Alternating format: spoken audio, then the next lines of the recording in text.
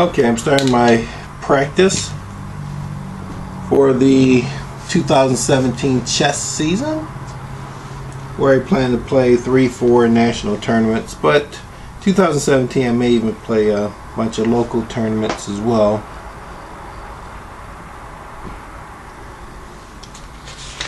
And this practice sequence, what I'm looking for are chess ideas. I'm not going into deep analysis of move continuations, often called idea trees, or not idea trees, but trees of thought. I'm not going to be looking for deep analysis. What we're looking at is just the ideas behind moves, just the surface ideas, and hopefully the more ideas that you see, the more ideas you can bring into your game and become a better chess player. These are master level games, so the move sequences are pretty complex, but we aren't looking for move sequences. We're just looking for ideas. I hope that by creating these videos, we'll be able to share the ideas that we see in these games. The next 5 games are all going to be a Sicilian defense, and we're going to try to look at ideas that can grow out of the Sicilian defense, whether you play an open Sicilian or a closed Sicilian. We just want ideas. We aren't trying to look for force move continuations. That will come with your ability to analyze positions move by move. The deeper your ability to do that, the better you can do it. But if you can't even see the surface idea, then you're going to spend a lot of time just spinning your wheels doing a bunch of raw calculations.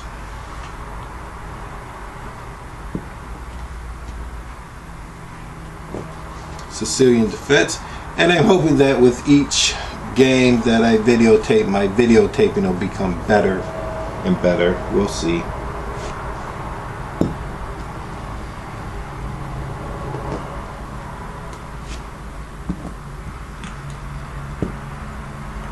If you go to any opening book, these are basic opening moves, but still is a excellent idea to actually understand why the moves are being made. Here, of course, he's continuing to develop his piece. Now, this situation, I don't want to take the knight.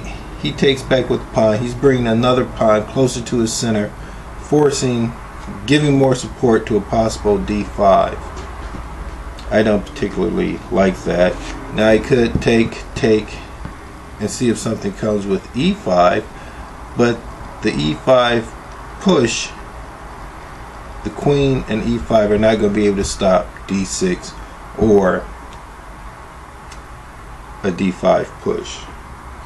So what I tend to do is leave my knight in the center of the board where it's well developed and continue to develop my pieces. It's important in this approach to improving your chess that you at the very least know basic strategies of the opening and of the middle game, and then you can develop overall ideas of what you would like to do.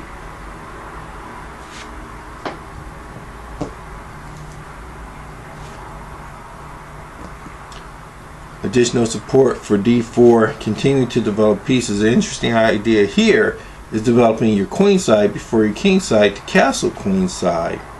I think that's interesting, especially with the c5 already being opened.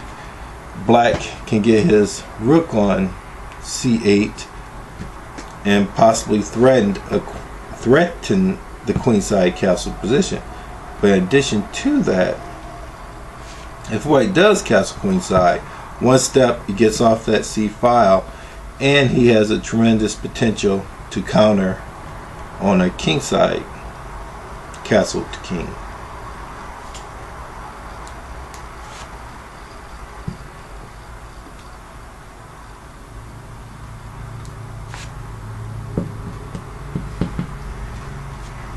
This looks very strong for white. Does not have to worry about knight to g4 because the queen can take. So in this current idea strategy, we're looking at these pawns versus these two pawns. The white pawns have greater coverage.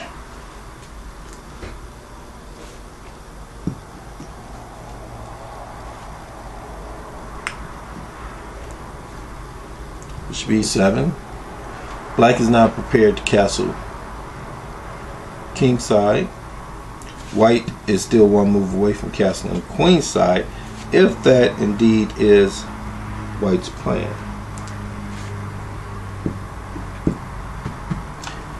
If I were playing black, I would strongly consider white castling king side.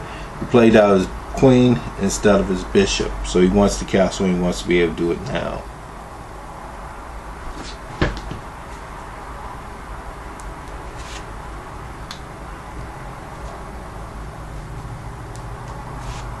There it goes, queenside castle. Let's see, 1, 2, 3.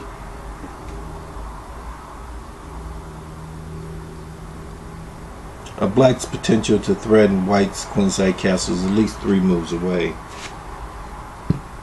He castles, and now it's still 3 moves away. You gotta get his bishop out, you gotta get his rook behind there, and he has to clear out this knight, and you still won't have a threat on the king.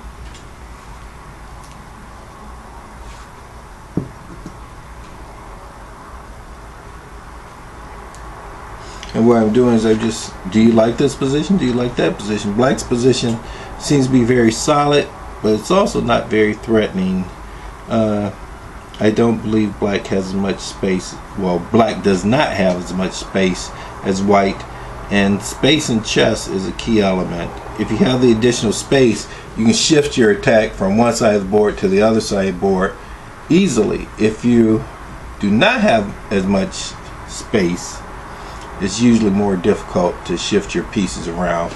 And these two pawns are to some degree restricting black's space. They totally blocking this bishop, they totally blocking that bishop.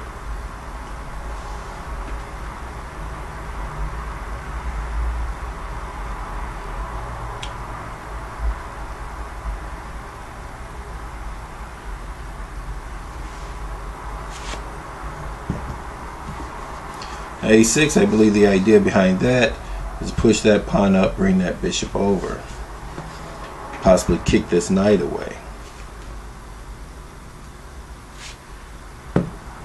Now this is obvious. This looks very strong. White's going for a kingside pawn storm.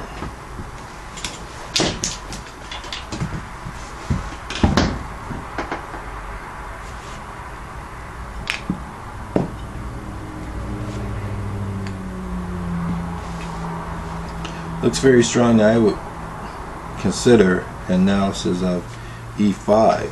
It looks very forceful.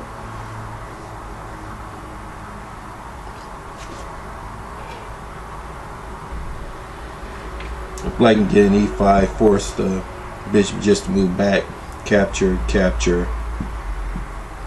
they both would be left with isolated pawns. My idea here too would be to move my king off that c square. It's really not threatening yet because the bishop is still in.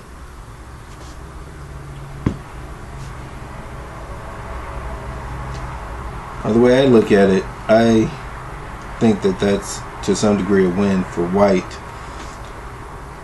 Black did not continue with his idea of pushing on the king side or getting his rooks doubled.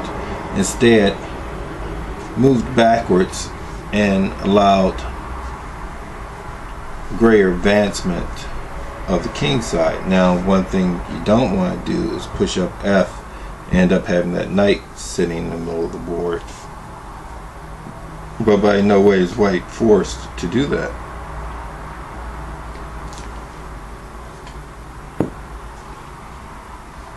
I like the idea behind this. Get in a pawn storm, get all the pawns ready to go before you start adjusting your piece position. If your pieces are in good position, put your pawns in good position first.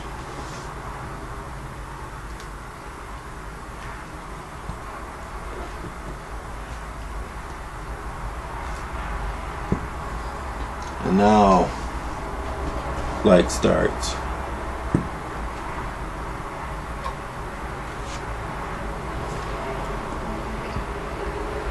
There is some advantage not to having any pieces in front of your king. The pawns do not engage the opponent as quickly. This pawn immediately threats to kick this knight away and then get another move. So white takes a move to stop that.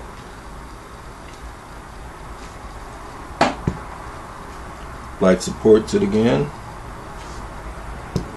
Now we see the advantage to not having the knight there in the first place.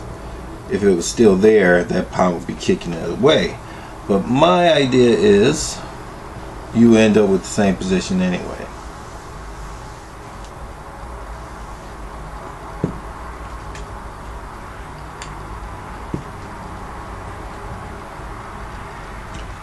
Now black has successfully obtained an advantage on the queen side by opening up the b file, but he's not ready to double up his rooks yet. He can double queen rook, but it's going to take him 1, 2, 3 moves before he can get the other rook involved.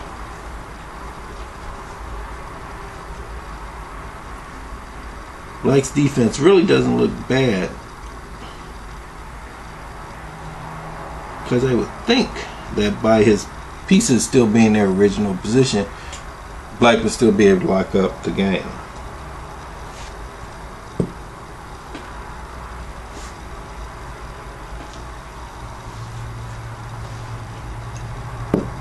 e5. Black is attempting to centralize his knight. Of course, you can't let it sit there, it's just too strong.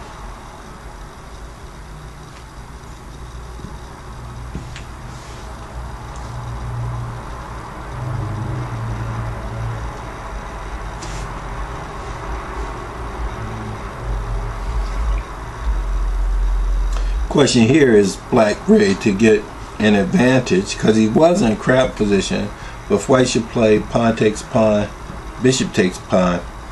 Now both of his fresh bishops are free to roam. He's already opened up one file, now he will have a second file. So it'll be very suspect of pawn takes pawn. Now that looks good. White is finally able to engage black before black can get any additional counterplay on the queen side.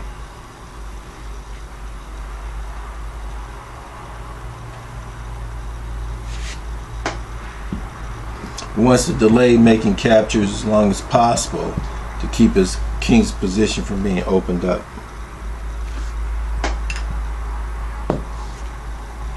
Well, it's opened up now, and he does have the F file that's half opened. Now in the game, king actually took the pawn, and you'd have to analyze that to see if that was the best continuation. But the point that I want to make is you can actually use your opponent's piece to cover your king. By the king capturing it, now the king is actually exposed.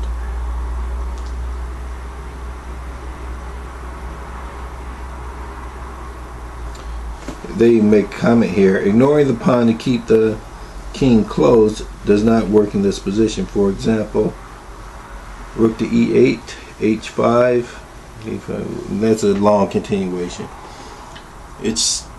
We are just want to recognize the different ideas that could be applied. One is to leave the pawn on g7 to help cover the king. In this particular instance, the annotator said it didn't work very well.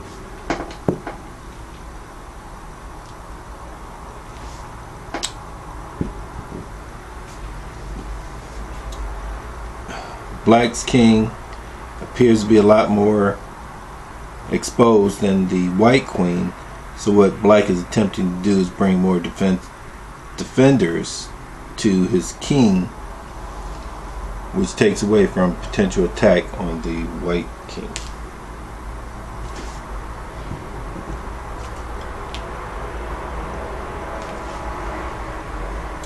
Position behind your pond storm before you expose which of the ponds you intend to push forward. This way, your opponent still has to consider which one of these ponds would be best and if they're going to be pushed right now or at a later point.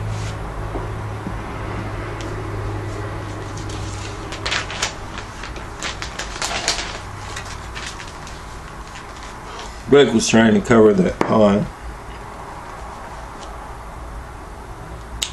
but it may not be the best of ideas. And here's another idea, that if you can get some other solid advantage, there's nothing wrong with sacrificing the exchange.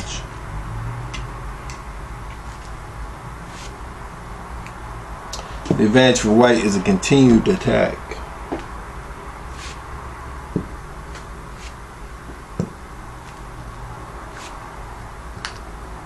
So even if you didn't see the win, you definitely would consider giving up the exchange if you felt there was a definite advantage.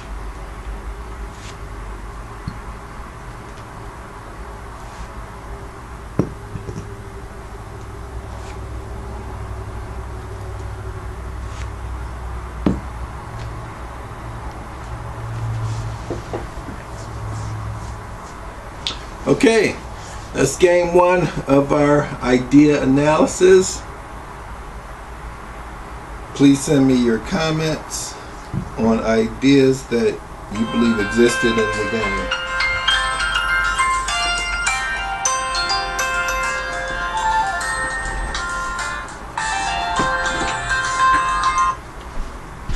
Yellow.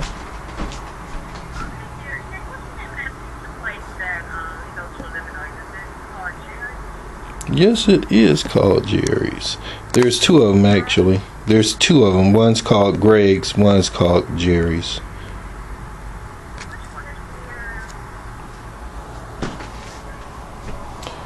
Near Davison. See, Jerry's is actually near me. It's like